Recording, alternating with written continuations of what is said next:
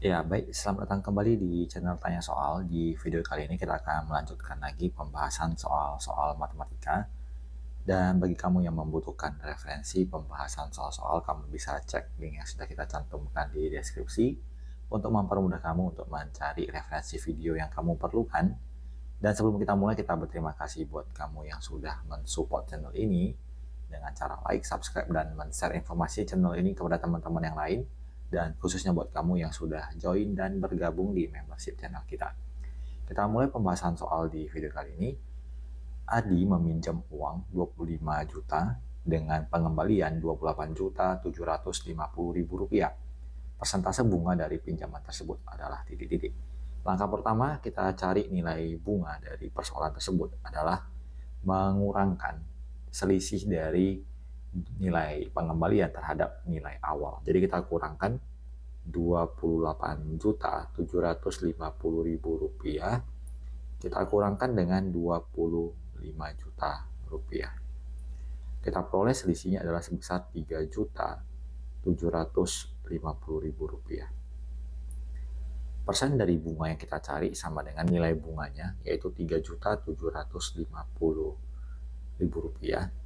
Kita bagikan dengan nilai awalnya adalah 25 juta rupiah, lalu kita kalikan dengan 100%. Kita coret nolnya 3, kita coret nolnya 2, kita coret nolnya 1. Berarti yang kita peroleh nilai terakhirnya adalah 375 dibagikan dengan 25, kita peroleh 15, dan kita tuliskan nilai persennya. Jadi jawabannya adalah dalam bentuk 15%. Kita pilih jawabannya di option D.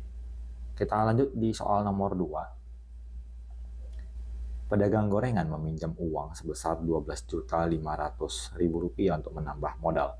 Ia harus mengembalikan uang tersebut beserta bunganya sebesar 14.062.500. Persentase dari bunga dari pinjaman tersebut adalah titik-titik. Kita tuliskan nilai dari bunga untuk persoalan tersebut adalah selisih dari pengembaliannya 14.062.500. Kita kurangkan dengan pinjaman awalnya 12.500.000 rupiah. Jadi 14.0625 kita kurangkan dengan 12.500.000 rupiah. Kita peroleh nilainya adalah 1.562.500. Maka untuk nilai persen dari bunga yang kita peroleh adalah nilai bunganya 1.562.500. Kita bagikan dengan pinjaman awalnya sebesar 12.500.000 rupiah, dan kita kalikan dengan 100%. Berarti kita bisa hitung 156. Kita coret nolnya dulu ya. Jadi nolnya 2, nolnya 2, nolnya 2, nolnya 2. Biar lebih simple, kita peroleh 15625. 15625 kita bagikan dengan 1250. Berarti kita peroleh nilainya adalah sama dengan 12,5%. Baik, kita pilih jawabannya di option C. Kita lanjut ke soal berikut. Bandi menyimpan uang di bank pinjaman daerah sebesar 15 juta rupiah. Pihak bank memberikan bunga 0,5% tiap bulan. Jika bank membebankan biaya administrasi 10.000 setiap bulan, jumlah simpanan Bandi setelah 1 bulan adalah titik-titik. Jadi kita perhatikan bahwa awal tabungannya sebesar sama dengan 15 juta rupiah. Kemudian setelah menabung selama 1 bulan, dia akan mendapatkan bunga 0,5%.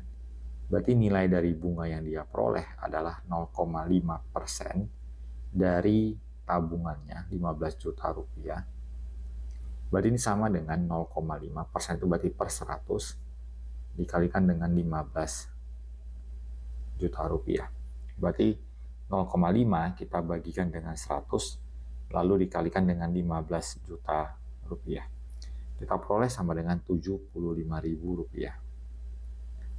Kemudian diperoleh keterangan lagi bahwa administrasi sebesar biayanya 10.000. Yang perlu kita catat adalah bahwa bunga ini akan menambah jumlah tabungan dan biaya administrasi akan mengurangi nilai tabungan. Sehingga jumlah akhirnya sama dengan besar tabungan awal, yaitu sebesar 15 juta rupiah, ditambahkan dengan bunga yang nilainya 75.000, dikurangkan dengan bunga yang besarnya 10.000. Artinya kalau kita perhatikan 75.000 dikurang 10.000, dia menambah 65.000 dalam 1 bulan. Sehingga jumlah tabungan akhirnya adalah 15.065.000 rupiah. Kita pilih jawabannya di option E. Kita lanjut ke soal berikutnya di soal nomor 4. Diketahui pengembalian sebesar 13.250.000 dari pinjaman dengan bunga 6%. Jumlah uang yang dipinjam adalah titik-titik. Untuk mempermudah ilustrasinya, kita bisa tuliskan bahwa nilai tabungan di awal kita anggap sebagai 100%. Kemudian karena dia meminjam dan diberikan bunga, berarti pengembaliannya akan berikut dengan bunganya sebesar 6%. Berarti nilai akhirnya itu akan setara dengan total sebesar 106%.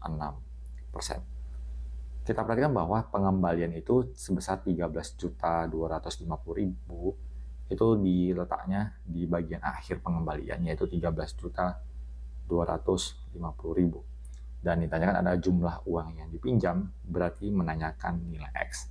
Berarti dari dua keterangan ini, yang awal dan akhir, kita lakukan suatu perbandingan 100/106. 100 ini berasal dari persentase awal, 106 dari persentase akhir. Nilai awal belum diketahui atau itu yang ditanyakan, dan nilai akhirnya adalah 12.500.000 rupiah. Dan kalau kita perhatikan pengerjaannya, maka kita bisa lakukan perkalian silang. Jadi untuk perkalian silang ini kita akan mencari nilai X-nya. Berarti nilai X-nya sama dengan 100 dikalikan dengan 13.250.000 rupiah dibagi dengan 106.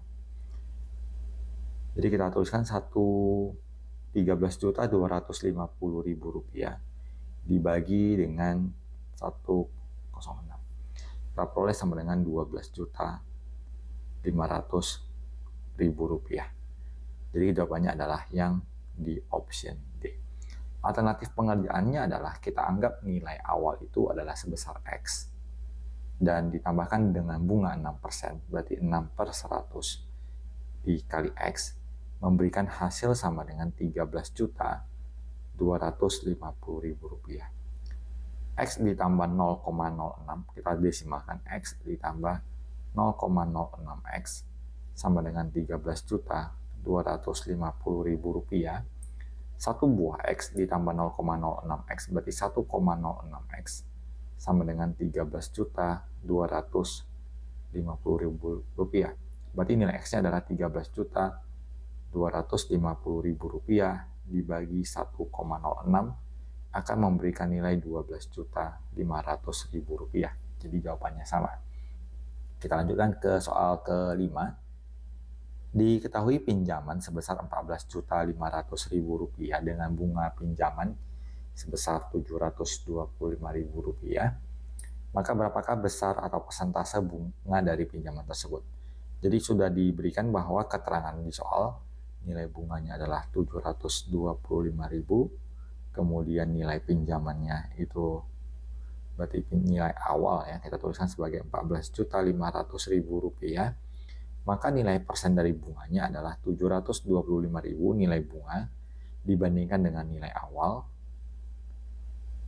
lalu dikalikan dengan 100%. Kita coret nolnya 3, kita coret nolnya 2. Yang kita peroleh adalah nilainya 725 dibagi 145. Kita peroleh nilainya sama dengan 5%. Kita pilih jawabannya di option A.